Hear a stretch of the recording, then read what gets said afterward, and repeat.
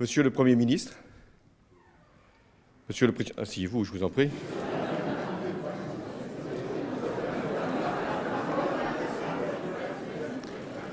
Je remercie Monsieur Carrère de faire plus de zèle que d'autres. Mais je voulais d'abord saluer Monsieur le Premier ministre, Monsieur le Président du Sénat, Monsieur le Président de l'Assemblée nationale, Président du Conseil économique, social et environnemental, Monsieur le maire de Paris, les ministres du gouvernement, Mesdames et Messieurs les parlementaires de l'Assemblée nationale, du Sénat, également du Parlement européen, Mesdames, Messieurs. C'est dans un contexte très particulier que je m'adresse à vous pour ces vœux traditionnels que le Président de la République adresse aux représentants de nos assemblées.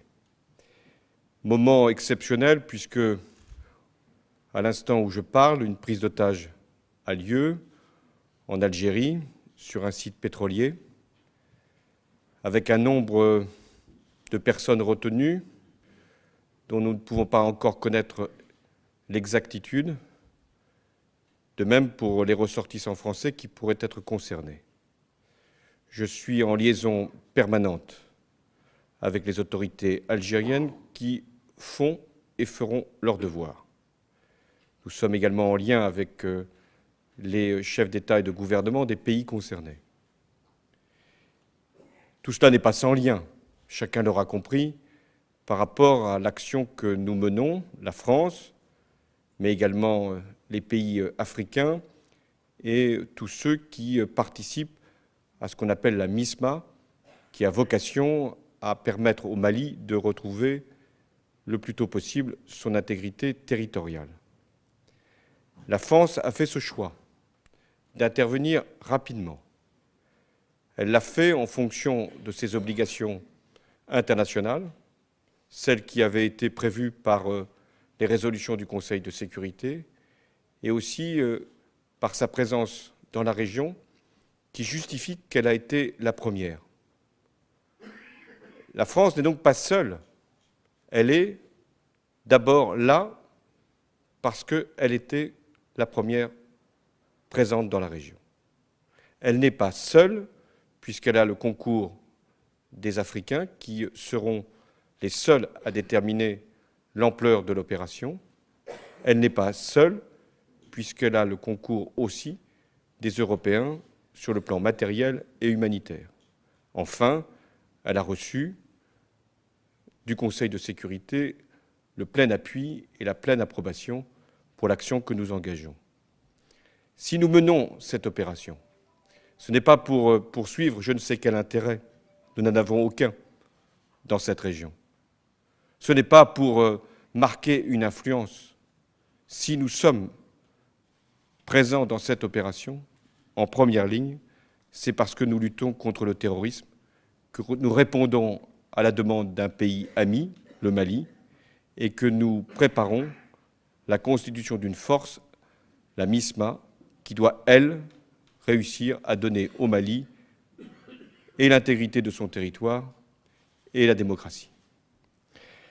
Je veux, dans ce moment aussi, exprimer l'hommage de toute la nation, celle que vous représentez, à nos soldats, et forcément à celui qui a donné le sacrifice de sa vie, le premier, puisque ça a été au tout début de l'opération.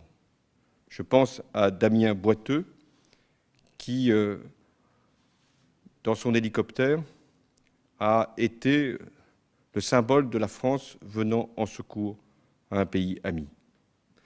J'associe à cet hommage les 2 agents de la DGSE tués en Somalie pour mettre un terme à une prise d'otage concernant un de nos ressortissants, lui-même agent de la DGSE, Denis Alex, qui était retenu dans des conditions effroyables depuis 3 ans et demi.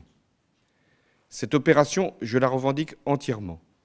Elle avait été préparée depuis de longues semaines et elle démontre que la France n'entend pas céder à quelque pression que ce soit de la part des terroristes. Dans ces moments, dans ces circonstances, dans cette situation, C'est vrai que l'unité de la nation est une force supplémentaire.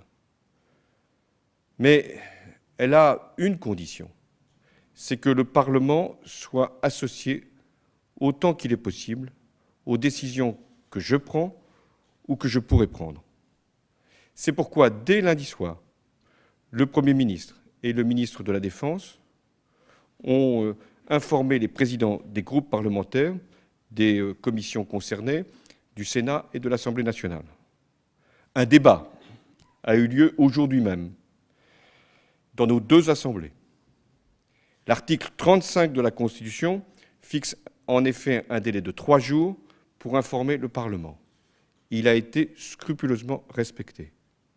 J'ajoute qu'un vote du Parlement interviendra si l'opération devait se prolonger au-delà de 4 mois. C'est la lettre de notre Constitution. Mais d'ici là, j'ai demandé au ministre de la Défense, au ministre des Affaires étrangères, de se rendre autant que nécessaire devant les commissions compétentes des deux assemblées pour fournir toutes les informations utiles. Et il n'y a rien à cacher, sauf le détail et la nature des opérations militaires.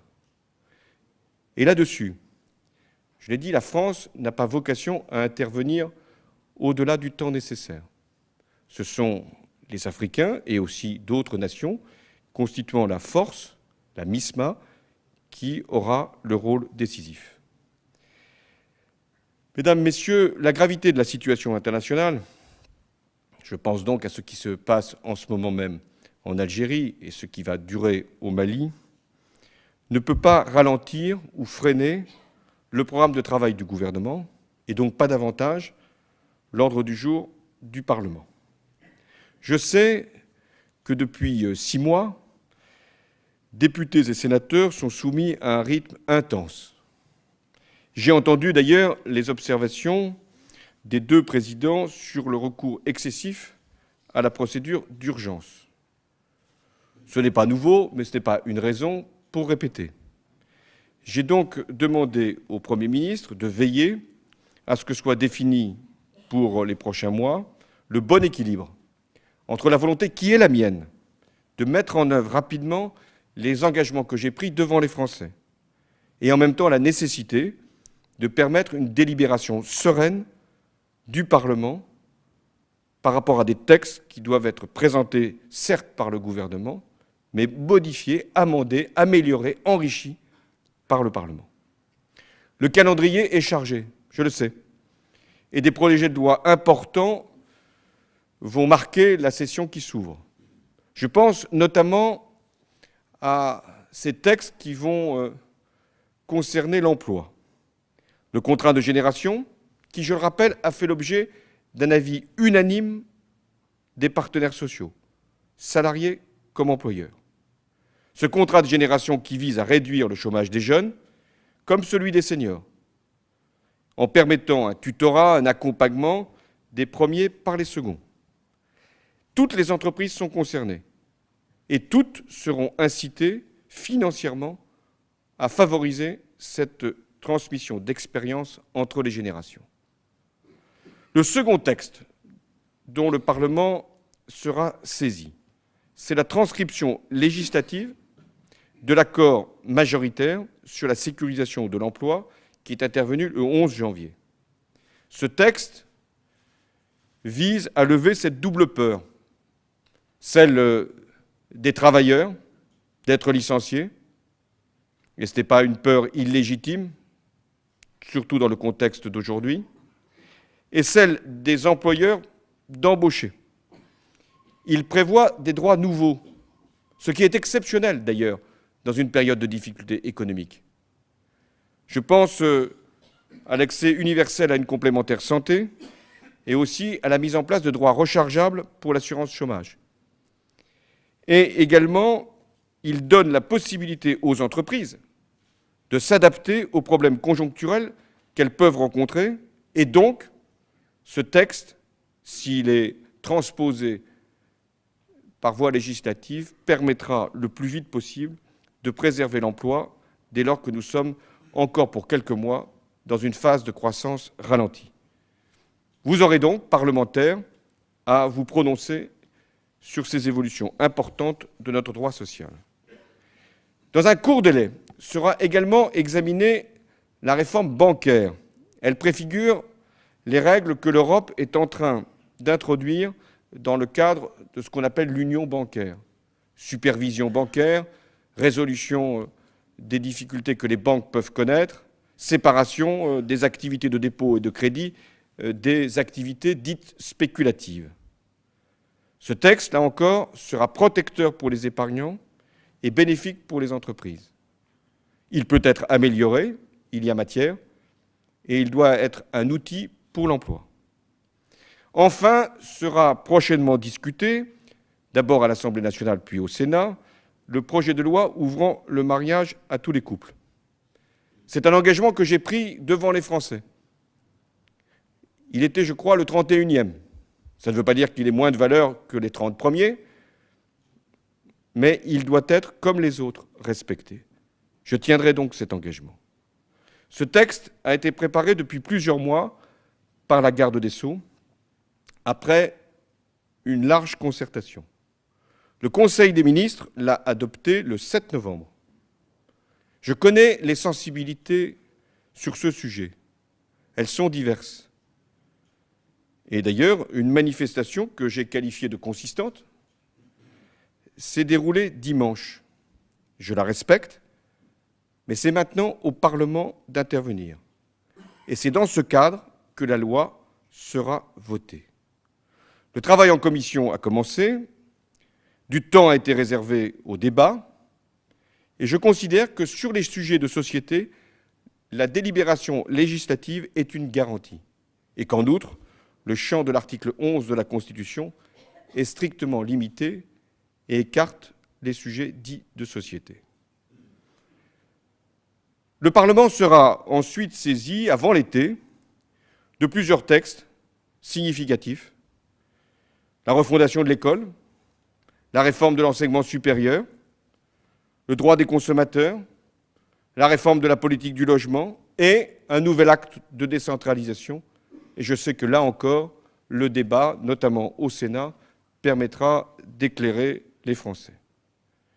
Je pense qu'il faut, sur ces domaines-là, faire preuve d'audace et en même temps de savoir que tout n'est pas à réinventer, qu'il y a aussi à prendre dans ce qui existe et d'en faire le meilleur, mais de changer ce qui doit l'être. J'entends aussi proposer au Parlement de poursuivre la rénovation de notre démocratie. Après la remise du rapport de la commission Jospin, j'ai engagé une concertation. J'ai reçu les présidents des assemblées, sollicité l'avis de l'ensemble des forces politiques, il y en a beaucoup, et reçu tous les candidats à la dernière élection présidentielle. Mais le moment de la décision politique est venu. J'ai donc demandé au Premier ministre de préparer un projet de loi pour en terminer avec le cumul entre un mandat national et un mandat exécutif local. Cette réforme entrera, si le Parlement en décide, en vigueur pendant le quinquennat. Cette règle concernera l'ensemble des parlementaires. Elle s'appliquera quelle que soit la taille de la collectivité locale concernée. Cette évolution est attendue depuis longtemps. Là encore, elle fait partie des engagements que j'ai pris devant les Français. Elle permettra une plus grande disponibilité des parlementaires pour remplir leur mission, c'est-à-dire faire la loi, contrôler le gouvernement et évaluer les politiques publiques. Elle n'empêchera pas l'exercice d'un mandat local qui permettra de garder, pour les parlementaires qui le souhaiteront, un lien avec le territoire. Et elle favorisera le renouvellement, éventuellement le rajeunissement, sûrement la féminisation de la vie politique. Cette réforme, néanmoins, est inséparable de la définition d'un statut de l'élu, proposé d'ailleurs par le président du Sénat, et de la modernisation de l'organisation des assemblées, souhaitée par Claude Barthelone. La deuxième décision que j'ai prise est de réviser notre Constitution dans le sens d'une plus grande indépendance de la justice et d'un approfondissement de notre démocratie. C'est pourquoi, là encore, Jean-Marc Ayrault ouvrira dans les semaines qui viennent, des consultations des groupes politiques sur un avant-projet de loi constitutionnelle. Il portera sur la réforme du Conseil supérieur de la magistrature, sur la suppression de la Cour de justice de la République, sur la fin de la présence des anciens présidents de la République au Conseil constitutionnel pour l'avenir, sur l'adaptation du statut du chef de l'État et sur l'introduction de la démocratie sociale dans notre loi fondamentale. Cette concertation permettra, parce que c'est nécessaire, de rechercher sur chacun de ces points la majorité requise pour mener à bien cette révision, c'est-à-dire la majorité des 3/5. Et dès lors que ce résultat pourra être envisagé, ce texte sera soumis au vote du Parlement, réuni en congrès d'ici l'été. J'ai évoqué la démocratie sociale. Je voudrais donc saluer le Conseil économique, social et environnemental, qui aura été au cœur des concertations que le gouvernement a lancées sur de nombreux sujets. Je m'y suis moi-même rendu. Conférence sociale, c'était au mois de juillet. Transition énergétique, c'était au mois de septembre. Les assises sur la pauvreté. Bref, le CESE, comme l'on dit, a été le cadre dans lequel nous avons voulu engager le dialogue avec la société. J'ai d'ailleurs modifié son règlement intérieur, je ne sais s'il aura quelque effet, mais je veux le souhaiter, parce que vous avez un rôle tout particulier dans notre République. Le Parlement répond souvent à l'urgence, vous êtes sur le temps long, ce qu'un parlementaire comme un président de la République ne peut pas forcément espérer. Vous contribuez donc à la représentation des forces vives de la nation et je suis attentif aux conclusions de vos rapports. Ce dialogue que j'appelle de mes vœux, aujourd'hui, c'est la circonstance. Nous devons le conduire aussi avec les collectivités locales. La première d'entre elles est représentée ici. Monsieur le maire de Paris, mesdames et messieurs les conseillers de Paris, votre présence aux côtés des élus de la nation est un symbole, car c'est le symbole que la ville capitale est la ville de la France. Elle reflète son histoire, mais aussi son destin. Je rends hommage aux progrès réalisés à Paris depuis bientôt 12 ans, sous l'impulsion de Bertrand Delanoë. Paris a regagné des habitants, 120 000, l'équivalent d'une grande ville de France. Réalisé une nouvelle unité entre les quartiers de l'Est et les quartiers de l'Ouest. Et fait un effort exceptionnel en matière de logement social, même si ça ne permet pas de répondre à toutes les demandes, parce que le sujet n'est pas seulement celui de Paris. C'est pourquoi une nouvelle étape devra être franchie.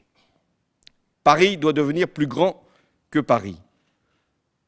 Et nous devons donner à l'agglomération parisienne les moyens d'agir à la bonne échelle.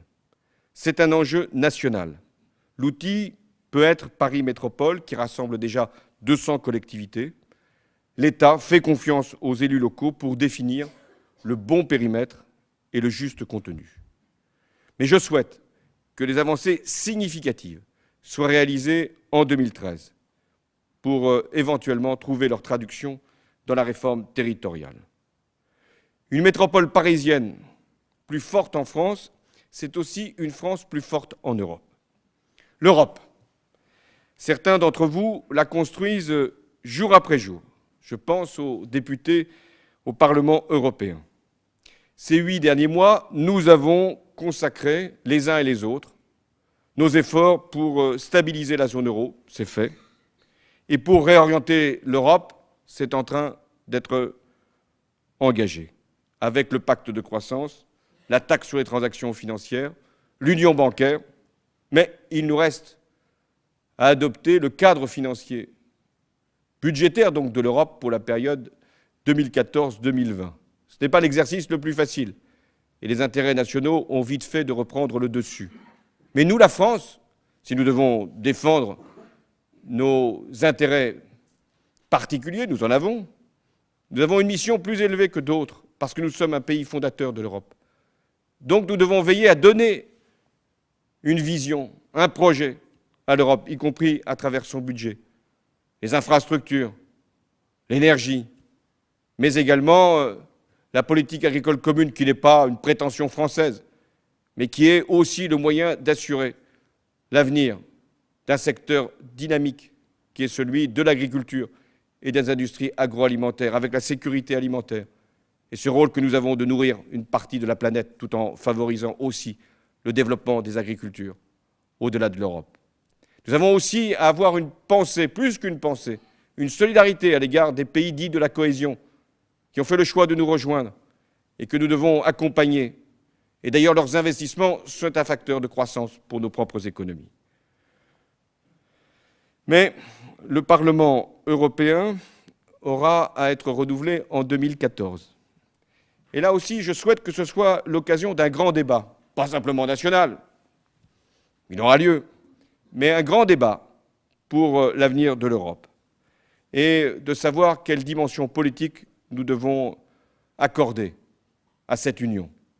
J'ai plaidé pour que nous puissions avoir une Europe qui soit à plusieurs vitesses, qui n'oublie aucun pays, qui n'écarte aucune bonne volonté, mais qui puisse, par des coopérations renforcées, faire en sorte que nous puissions donner un chemin plus rapide pour certains pays que pour d'autres, pour atteindre nos objectifs.